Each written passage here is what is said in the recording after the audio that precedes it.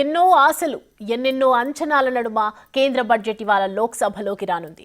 ఆర్థిక మంత్రి నిర్మలా సీతారామన్ ఉదయం 11 గంటలకు పార్లమెంట్లో బడ్జెట్ ప్రవేశపెట్టనున్నారు.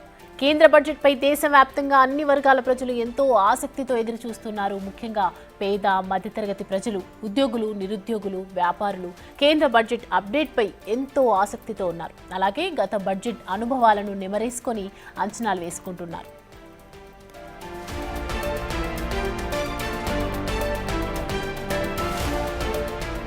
రెండు తెలుగు రాష్ట్రాలు వారి ప్రతిపాదనలను ఇప్పటికే కేంద్రం ముందుంచారు. అయితే తెలంగాణకు కేంద్రం బడ్జెట్లో మొండి చేయి చూపుతుందనే వస్తోంది.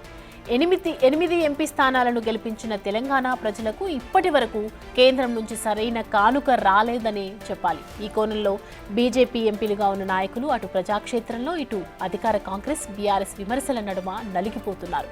ఈ క్రమంలో కేంద్ర బడ్జెట్లో తెలంగాణకు చెప్పుకోదగ్గ కేటాయింపులు ఉంటాయేమో అని ఇతర పార్టీల నాయకుల కంటే బీజేపీ ఎంపీలు, ఎమ్మెల్యేలే 1000 కన్నులతో ఎదురు చూస్తున్నట్లు సమాచారం.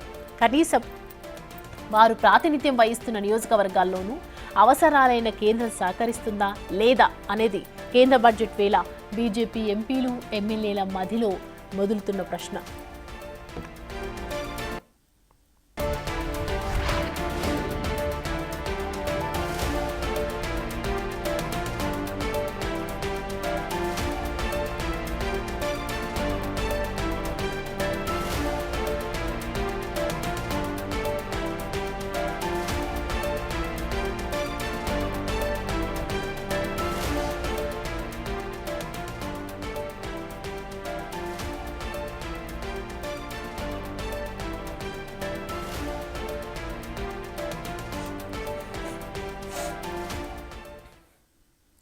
రైట్, ఇక ఈ అంశానికి సంబంధించి మరిన్ని అప్డేట్స్తో మా ప్రతినిధి శివ జాయిన్ అవుతున్నారు.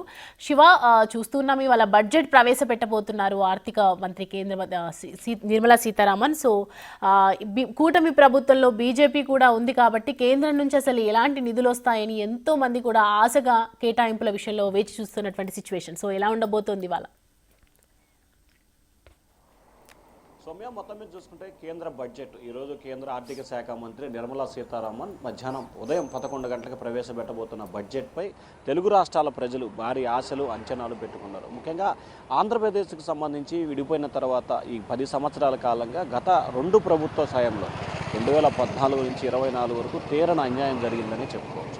కానీ ఏ బడ్జెట్ ఆ బడ్జెట్పై ఆశలు పెట్టుకోవటం, బడ్జెట్ వచ్చేటప్పుడు ఈ బడ్జెట్లో న్యాయం జరుగుతుందని చెప్పి ఎదురు చూడటం, బడ్జెట్ రాగానే తుస్సుమన్న పరిస్థితి కనిపించింది. కానీ ఈసారి మాత్రం ఎన్డీఏ సర్కారు మాత్రం ఆంధ్రప్రదేశ్పై ప్రత్యేకమైన ఫోకస్ పెట్టినట్లు కూడా స్పష్టంగా కనిపిస్తుంది. అయితే బడ్జెట్లో కేటాయింపులు ఉంటాయా లేదా అనే అంశాన్ని పక్కన పెడితే ఇప్పటికే పోలవరం ప్రాజెక్టుకి కానీ, అమరావతి నిర్మాణానికి కానీ, విశాఖ స్టీల్ ప్లాంట్ విషయానికి కానీ, అలాగే విశాఖ రైల్వే జోన్కి సంబంధించి కానీ పూర్తి స్థాయిలో హామీలు ఇవ్వడంతో పాటు కొంత నిధులు కూడా కేటాయించింది. ఇక ప్రస్తుతం అయితే ఆంధ్రప్రదేశ్కి సంబంధించి ఏపీ ప్రభుత్వం నుంచి అనేకమైన ప్రతిపాదనలు కేంద్ర ప్రభుత్వానికి కేంద్ర ఆర్థిక శాఖ మంత్రి కనబడ్డాయి. వీటిలో ప్రధానమైనది ఆంధ్రప్రదేశ్లో ఆర్థిక వ్యవస్థ చిన్నాభిన్నమైంది. రోజువారీ ఖర్చులకి, జీతాలకి అనేక రకాలుగా ఇబ్బందులు పడుతున్న పరిస్థితి కనిపిస్తోంది. ఈ నేపథ్యంలో కేంద్రం చేయూతనివ్వాలని చెప్పి కూడా ముఖ్యమంత్రి చంద్రబాబు, ప్రధానమంత్రి, హోంమంత్రి, అలాగే ఆర్థిక శాఖ మంత్రిని అనేక సార్లు వినతిపత్రాలు కూడా ఇవ్వడం జరిగింది. నిన్న మొన్న జరిగిన సమావేశాల్లో కూడా ఆంధ్రప్రదేశ్కి సంబంధించిన ఎంపీలు పూర్తి స్థాయిలో ఆంధ్రప్రదేశ్కి కేంద్రం న్యాయం చేయాలని చెప్పి కూడా వినతిపత్రాలు ఇస్తున్న పరిస్థితి కనిపిస్తుంది. దీంట్లో